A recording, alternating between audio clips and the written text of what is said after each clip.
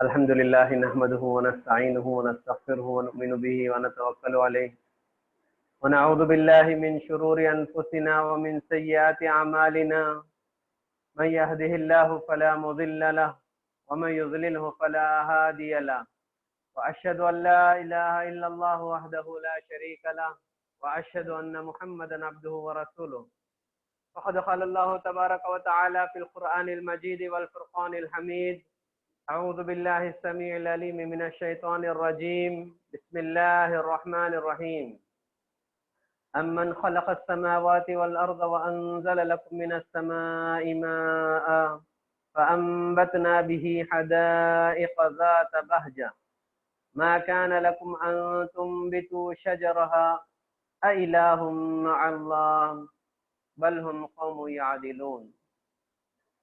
تعریف و توصیف، تعظیم و تکریم، حمد و ثنا اکیلا رب العالمین کے لیے زیبا اور مختص ہے، جو ساری کائنات کا اکیلا خالق و مالک ہے، جس نے مجھے اور آپ کو اشرف المخلوقات بنایا۔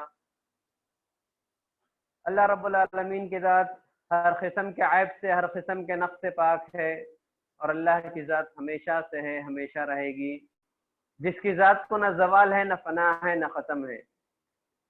درود و سلام میرے اور آپ کے آقا پیارے نبی جناب محمد رسول اللہ صلی اللہ علیہ وسلم پر، آپ کے آل و اصحاب پر، جن کی محنتوں کے بدولت یہ دین ہم تک مکمل طریقے سے بغیر کسی کمی اور زیادتی کے پہنچا۔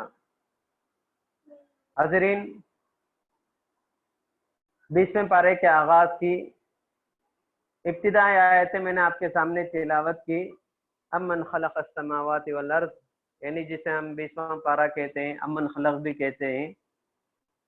ان آیتوں کا ترجمہ ہے، بھلا بتلاؤ تو صحیح، آسمان و زمین کو کس نے پیدا کیا؟ کس نے آسمان سے بارش برسائی، پھر سے ہرے بھرے بارونق باغات اگائے؟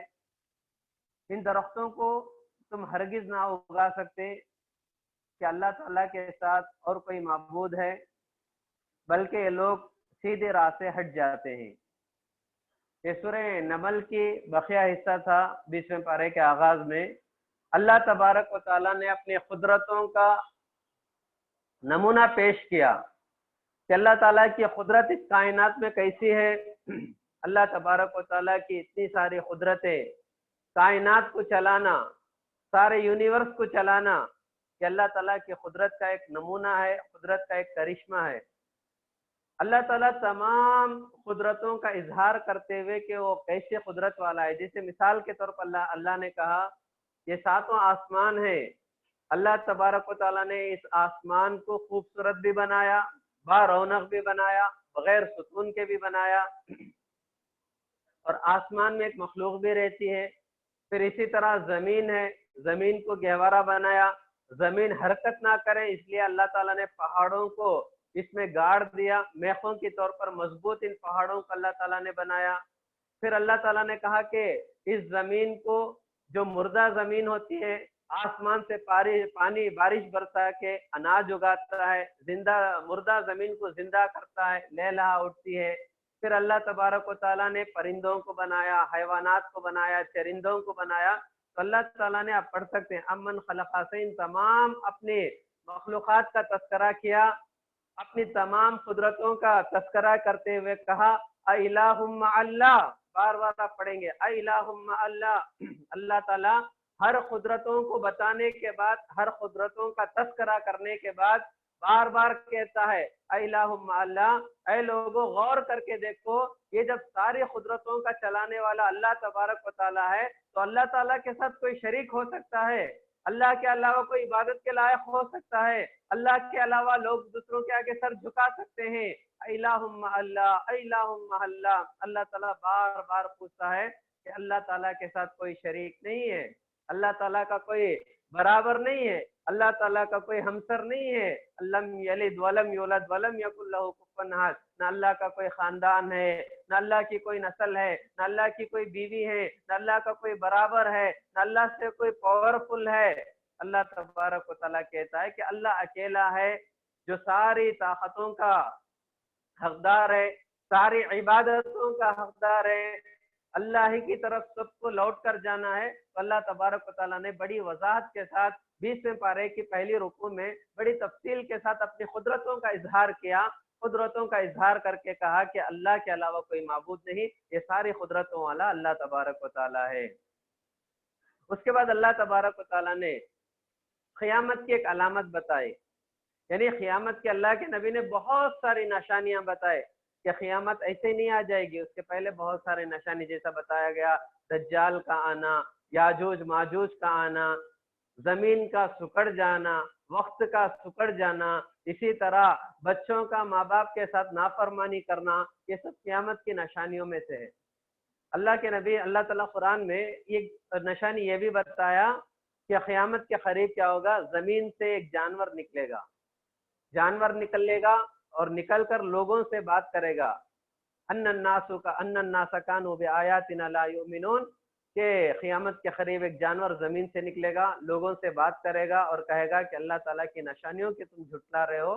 اللہ تبارک و تعالیٰ نے اس کا بھی تذکرہ کیا، اور اللہ کے نبی نے اس جانور کے تعلق سے یہ بھی کہا کہ جب یہ جانور کا ظہور ہوگا، جانور کے ظہور کے فوراً بعد جو ہے قیامت کی آخری نشانی، جو سورج مشرق سے ہر بار نکلتا ہے، مغرب میں غروب ہوتا ہے، مشرق سے طلوع ہو کر مغرب میں غروب ہوتا ہے، یہ جانور کے نکلنے کے دوسرے دن کیا ہوگا، سورج مشرق سے نکلنے کے بجائے مغرب سے ہی نکلے گا، مغرب سے ہی نکلے گا، یہ جو ہے آخری نشانی ہوگی، اس کے بعد جو ہے قیامت قائم ہو جائے گی۔ پھر اللہ تعالیٰ نے سورہ نمل میں یہ بات بھی بتا دیا کہ قیامت کیسے قائم ہوگی، قیامت جب رواں دواں ہوں گے، دنیا جو ہے لوگ برابر چلتے پھرتے ہوں گے، دنیا چل رہی ہوگی، لوگوں کا ریل فیل ہوگا، بازار آباد ہوں گے، لوگ جو ہے اپنی مست زندگی جی رہے ہوں گے، تو قیامت کیسے قائم ہوگی؟ اللہ تبارک و تعالیٰ نے کہا فَإِذَا نُفِخَ فِي الصُّورِ، سورہ نمل میں کہا کہ سور پھونکا جائے گا۔ سور کیا ہے؟ اللہ تعالیٰ کے جو بڑے 4 فرشتے ہیں، حضرت جبرائیل، حضرت میکائیل، حضرت اسرافیل اور حضرت ملک الموت، جو انسانوں کی جان نکالتے ہیں، بڑے بڑے فرشتے ہیں جن کا اللہ تعالیٰ کے پاس بہت بڑا مقام ہے، اللہ تعالیٰ نے قرآن میں ان کا تذکرہ کیا۔ تو اس میں سے ایک فرشتے جن کا نام اسرافیل علیہ السلام ہے، وہ برابر اللہ تعالیٰ کے حکم کے انتظار میں ہے، سور لے کر، سور جس طرح سے جو ہے مسجد میں اذان ہوتی ہے لاؤڈ اسپیکر میں، تو جس طرح سارے محلے کو اذان کی آواز سنائی دیتی ہے، اس طرح سے ان کے پاس ایک جانور کے سینگ کی طرح، جانور کے سینگ کی طرح ایک سور ہوگا، وہ اپنے منہ میں رکھ لے کر انتظار میں ہے کہ اللہ تعالیٰ کا حکم کب ہوگا، وہ سور کب پھونکیں گے۔ جب اللہ تعالیٰ کا حکم ہوگا، اللہ تعالیٰ قرآن مجید میں فرماتے ہیں، بارہا اللہ تعالیٰ نے یہ بات بتایا کہ قیامت میں جو ہے 3 مرتبہ سور پھونکا جائے گا، 3 مرتبہ سور پھونکا جائے گا۔ پہلی مرتبہ جب سور پھونکا جائے گا، جیسا کہ ہم نے سورہ حج میں یہ بات سورہ حج کی ابتدائی آیتوں میں ہم نے جانا کہ اللہ تبارک و تعالیٰ جب سور پھونکا جائے گا، دودھ پلانے والی ماں اپنے دودھ پیتے بچے کو بھول جائے گی، حاملہ عورتوں کا حمل گر جائے گا، لوگ مدہوش نظر آئیں گے، حالانکہ مدہوش نہیں ہوں گے بلکہ اللہ تعالیٰ کا عذاب سخت ہوگا۔ حقیقت میں اسرافیل علیہ السلام کی پہلے سور کا نتیجہ ہوگا کہ جب سور پھونکا جائے گا لوگ مدہوش ہو جائیں گے، گھبراہٹ آ جائے گی لوگوں میں، ہر کوئی گھبراہٹ میں، آسمان کے مخلوق، زمین کے مخلوق، سب کے سب گھبرا جائیں گے حضرت اسرافیل علیہ السلام کے سور پھونکنے کے بعد۔ یہ پہلی مرتبہ سور پھونکا جائے گا۔ ثم نفخ فیہ اخری، پھر اللہ تعالیٰ کہتا ہے کہ دوبارہ بھی سور پھونکا جائے گا۔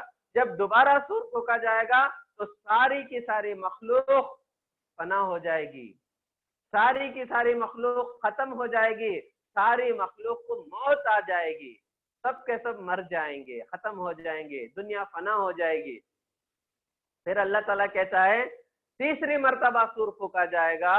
جب تیسری مرتبہ سور پھونکا جائے گا تو جو لوگ جہاں جہاں مرے تھے، جن جن لوگوں کو جہاں جہاں دفن کیا گیا تھا، وہاں سے نکلیں گے، بے ساختہ حشر کے میدان میں دوڑتے چلے جائیں گے، جیسا کہ اللہ تعالیٰ سورہ یاسین میں بھی جو ہے اس کا تذکرہ کیا۔ جب تیسری مرتبہ سور پھونکا جائے گا تو جن جن لوگوں کو جہاں جہاں دفن کیا گیا، جن جن قبرستانوں میں دفن کیا گیا، جن جن مقامات میں دفن کیا گیا، ہر آدمی وہاں سے جو ہے اٹھے گا،